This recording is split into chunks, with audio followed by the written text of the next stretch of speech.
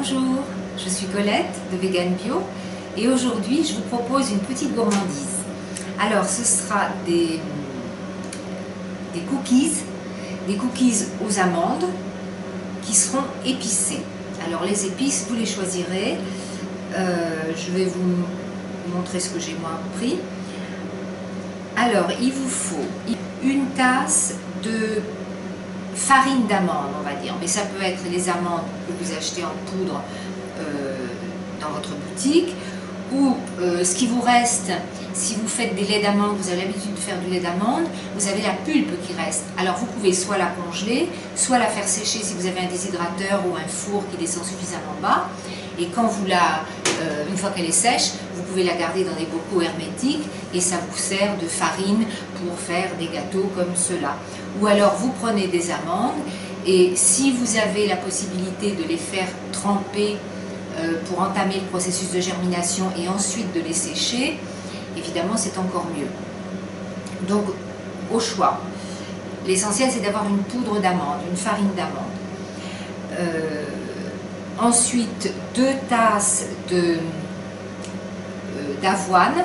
Alors soit vous utilisez du gruau d'avoine, c'est-à-dire ces graines que vous pouvez comme ça, voilà, entier, et que vous allez moudre. Là encore, si vous avez la possibilité de les faire d'abord tremper, ensuite déshydrater pour qu'ils soient bien secs et en faire de la farine, c'est l'idéal. Moi j'ai utilisé les flocons d'avoine qui sont crus, donc germés et ensuite transformés en flocons et que vend Nadège dans la boutique Market Veg. C'est ceux-là que j'ai utilisé et que j'ai transformé en farine. Le gruau d'avoine a tendance à avoir un petit goût légèrement amer. Donc voilà, vous pouvez faire, là encore, vous choisissez la formule qui vous convient le mieux. Ensuite, j'ai une cuillère à café de sel. Alors choisissez un bon sel, soit le sel rose de l'Himalaya, soit un bon sel de mer. Et puis 2 cuillères à soupe d'épices. Alors les Américains ou les Anglais appellent souvent ces épices pumpkin spice, c'est-à-dire c'est des épices qu'ils utilisent quand ils font leur tarte à la citrouille. Mais moi j'ai utilisé ce qu'on utilise nous pour qu'on appelle le mélange pain d'épices. Il y a dedans de la cannelle, de la badiane, du fenouil, du cardamome, girofle, gingembre. Ça rappelle effectivement le pain d'épices. Donc moi c'est ce que j'ai choisi. Alors 2 cuillères à soupe. Ensuite il vous faut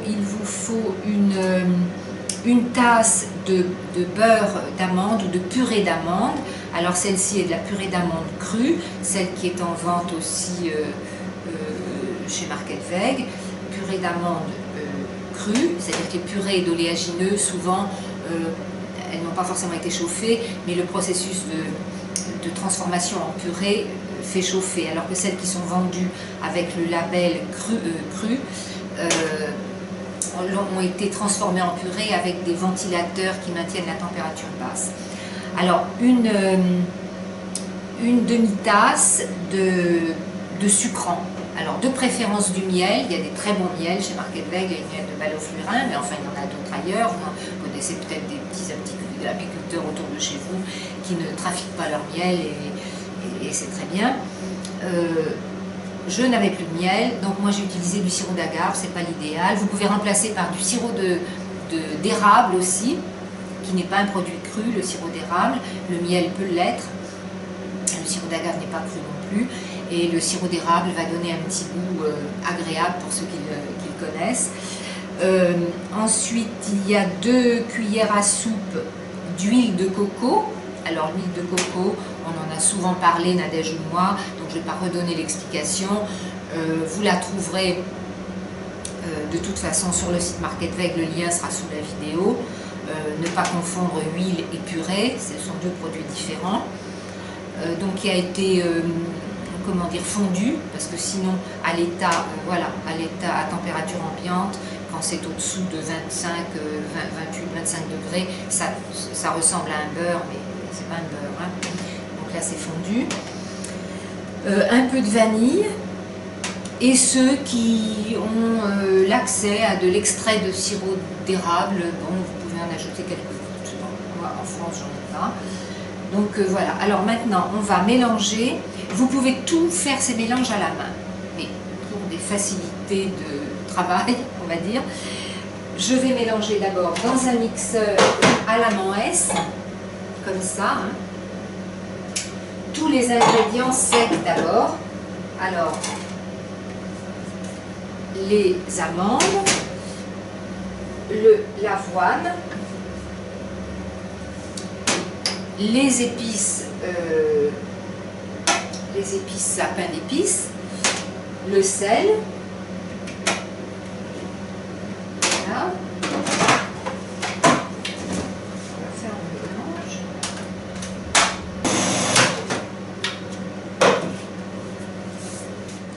Alors maintenant je vais ajouter la purée d'amande. La purée d'amande, bon, vous le savez, c'est un oléagineux. C'est certainement un très bon oléagineux. L'amande est souvent présentée par les spécialistes, entre guillemets, de l'alimentation comme un aliment alcalinisant. Moi, je serais beaucoup plus modérée. Je dirais que c'est le moins acidifiant des oléagineux. L'amande est probablement à la limite ou à peine au-dessus de la neutralité. Donc, voilà, à chacun de faire attention à ses réactions, à votre capacité à métaboliser les graisses, et vous pouvez avoir peut-être des problèmes que vous n'arrivez pas à identifier. Surveillez les graisses et limitez-les. Bon, là, c'est une petite gourmandise, on n'en prend pas tous les jours. Donc on va mettre... Ce mélange-là pourrait être fait à la main. Enfin, on pourrait mélanger dans un bol tous les produits, la partie humide, et ensuite la joindre à la poudre. Là, je vais tout faire dans le sucrant, et puis bien sûr le beurre, l'huile de coco, et puis quelques gouttes d'huile essentielle de vanille. Bon, l'huile essentielle n'est pas un produit cru, bien sûr, mais on connaît les qualités des huiles essentielles. Alors vous mettez, comme vous voulez, moi je mettrai une dizaine de gouttes. Ah, voilà.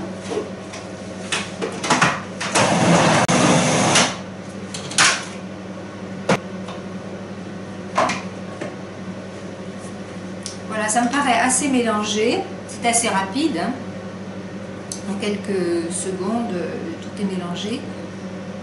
L'odeur est fabuleuse, bien sûr, c'est l'odeur du pain d'épices. Si vous aimez le pain d'épices, vous aimerez l'odeur, en plus avec la vanille.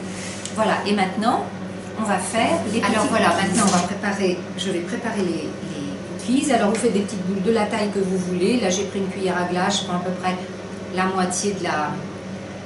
Bien laver les mains avant, vous faites des petites boules, comme vous pouvez. Aussi.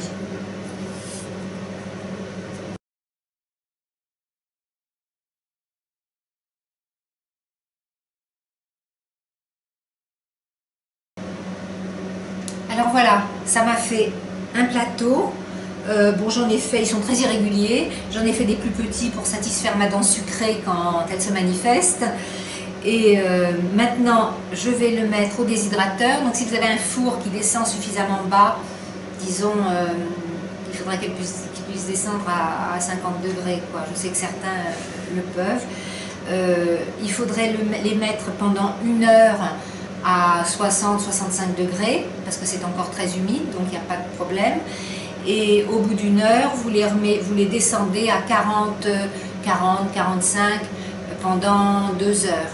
Et après, c'est vous qui voyez si vous voulez que ce soit plus sec ou les garder un peu moelleux, sachant que si ça reste moelleux, vous les garderez au frigo pendant, disons, 1 mois.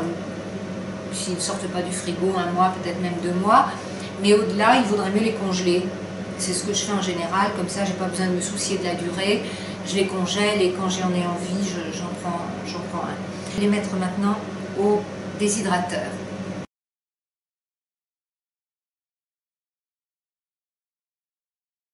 Moi, pour mon goût personnel, je les laisserai un peu plus longtemps pour qu'ils soient un peu plus secs. Ceci dit, vous pouvez les consommer comme ça. Vous pouvez aussi les consommer sans les mettre au déshydrateur. Si vous n'avez pas de déshydrateur, ça vous fera simplement des petites gourmandises. Par contre, je voudrais quand même revenir sur une proportion que j'ai donnée dans la recette. D'ailleurs, de toute façon, j'écrirai la recette sur la vidéo, mais au lieu d'une cuillère à café de sel, ne mettez qu'une demi-cuillerée à café de sel, pas une cuillère à café.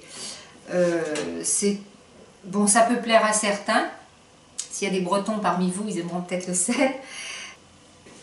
Voilà ce que ça donne, si vous les voyez. Alors, il y a une chose que vous pourriez ajouter aussi à ces cookies. Ce sont des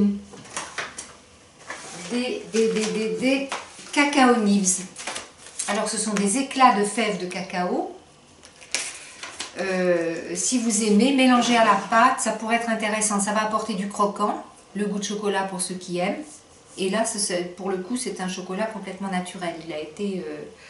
Il n'a pas été transformé. Bon appétit, régalez-vous avec ces cookies et à la prochaine recette.